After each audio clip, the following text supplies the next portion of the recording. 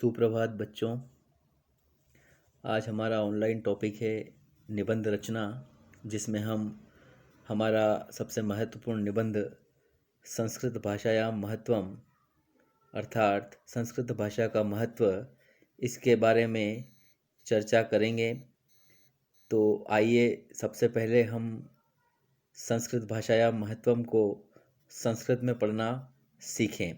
मैं सबसे पहले संस्कृत भाषायां महत्वम को संस्कृत में पूरा विधिवत पढ़ूंगा।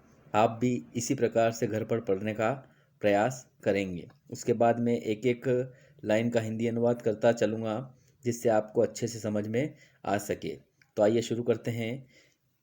संस्कृत भाषा विश्वस्य सर्वासु भाषासु प्राचीनतमा सर्वोत्तम साहित्य संयुक्ता चास्ति।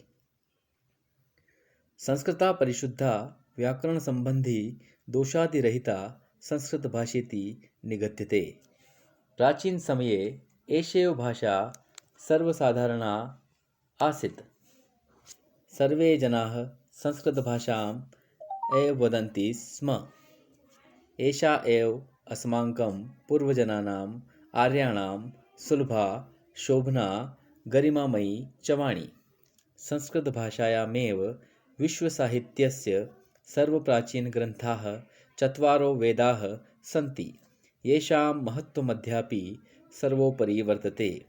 भास, कालिदास, अश्वघोष, भवभूति, दण्डी, सुबन्धु, बाण, जयदेव प्रभृतयो महाकवयो नाटककाराश्च संस्कृतभाषायाः एव। जीवनस्य सर्वसंस्कारेषु संस्कृतस्य प्रयोगः भवति। अधुना अपि संगणकस्य कृते संस्कृतभाषा अति उपयुक्ता अस्ति। संस्कृतभाषेव भारतस्य प्राणभूता भाषा अस्ति। राष्ट्रस्य ऐक्यं च साधयति। भारतीयगौरवस्य रक्षणाय एतस्याः प्रसारः सर्वैरेव कर्तव्यः। अतएव उच्यते संस्कृतिः संस्कृताश्रिता। यहाँ हमारा संस्कृत वाचन समाप्त हुआ। अब मैं इसको हिंदी अनुवाद के रूप में आपके सामने प्रस्तुत करूँगा। तो आइए सीखते हैं संस्कृत भाषाया महत्वम अर्थात संस्कृत भाषा का महत्व, जो निबंध रचना है, इसका हिंदी अनुवाद। संस्कृत भाषा विश्वस्य सर्वासु भाषासु प्राचीनतमा सर्वोत्तम साहित्य संयुक्ता चास्ति। संस्कृत भाषा विश्व की सभी भाषाओं में सबसे प्राचीन भाषा है, सर्वोत्तम अर्थात सबसे उत्तम, और साहित्य से संयुक्त भाषा है। फिर से देखना, सुनना। संस्कृत भाषा विश्व की सभी भाषाओं में सबसे प्राचीन और सबसे उत्तम साहित्य से संयुक्त भाषा है। संस्कृता परिशुद्धा व्याकरण संबंधी दोषादि रहिता संस्कृत भाषेति निगद्यते। संस्कृता परिशुद्धा व्याकरण संबंधी दोषादि रहिता। संस्कृत परिशुद्धा, परिशुद्धा मतलब पूर्ण रूप से शुद्ध। संस्कृत भाषा पूर्ण रूप से शुद्ध भाषा है। व्याकरण संबंधी दोषादि रहिता, व्याकरण से संबंधित कोई भी दोष या कोई भी त्रुटियां इसके अंदर संस्कृत भाषेति निगद्यते। निगद्यते का मतलब होता है समाहित होना या अंदर होना। अर्थात संस्कृत पूर्ण रूप से शुद्ध भाषा है और व्याकरण से संबंधित कोई भी दोष संस्कृत भाषा में समाहित नहीं है। प्राचीन समय एषेव भाषा सर्वसाधारणा आसीत्। पुराने समय में यह भाषा सर्वसाधारण मतलब साधारण से साधारण व्यक्ति की भाषा थी। सर्वे जनाः संस्कृत भाषाम् एव वदन्ति स्म। सभी लोग संस्कृत भाषा में ही वार्तालाप या बोलते थे या एक दूसरे से बातचीत करते थे। एषा एव अस्माकं पूर्वजनानाम् आर्याणां सुलभा शोभना गरिमामयी च वाणी। यह भाषा हमारे पूर्वजों की, आर्यों की अर्थात हमारे ऋषि मुनियों की सुलझी हुई, शोभित करने वाली और गरिमामयी वाणी थी और है।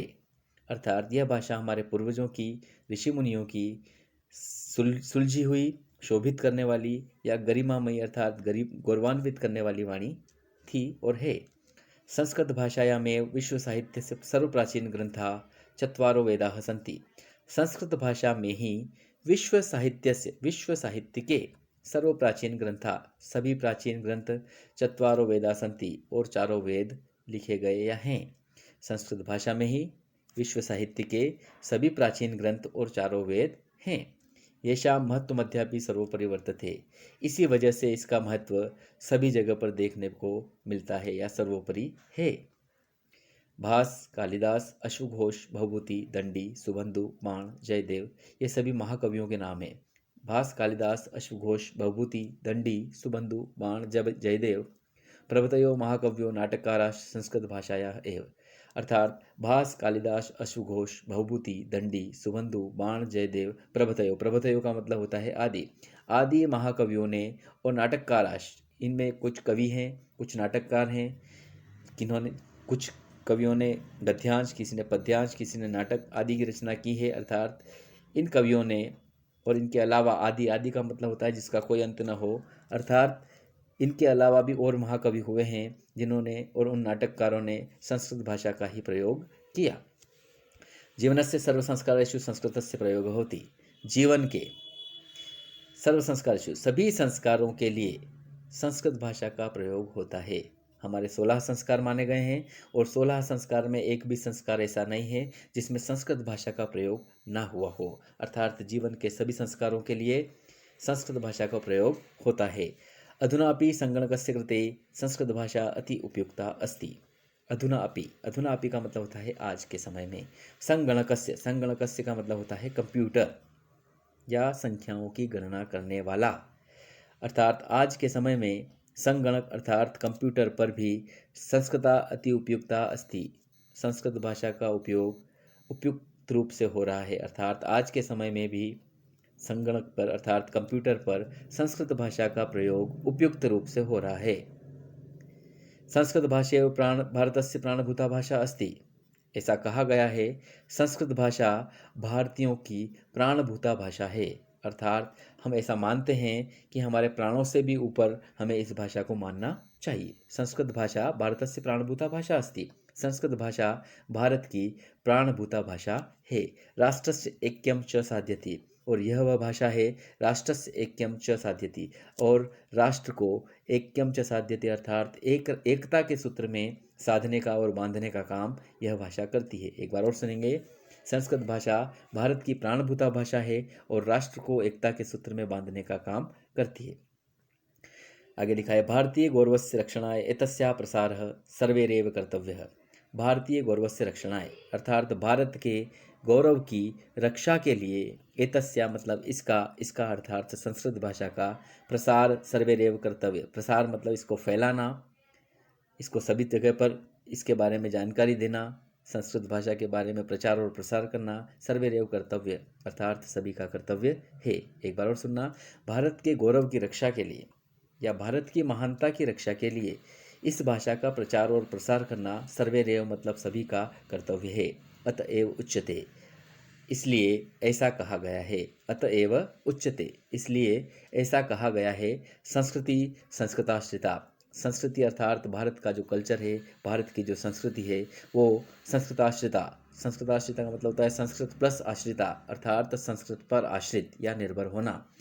इसलिए ऐसा कहा गया है कि भारत की संस्कृति संस्कृत पर ही आश्रित है।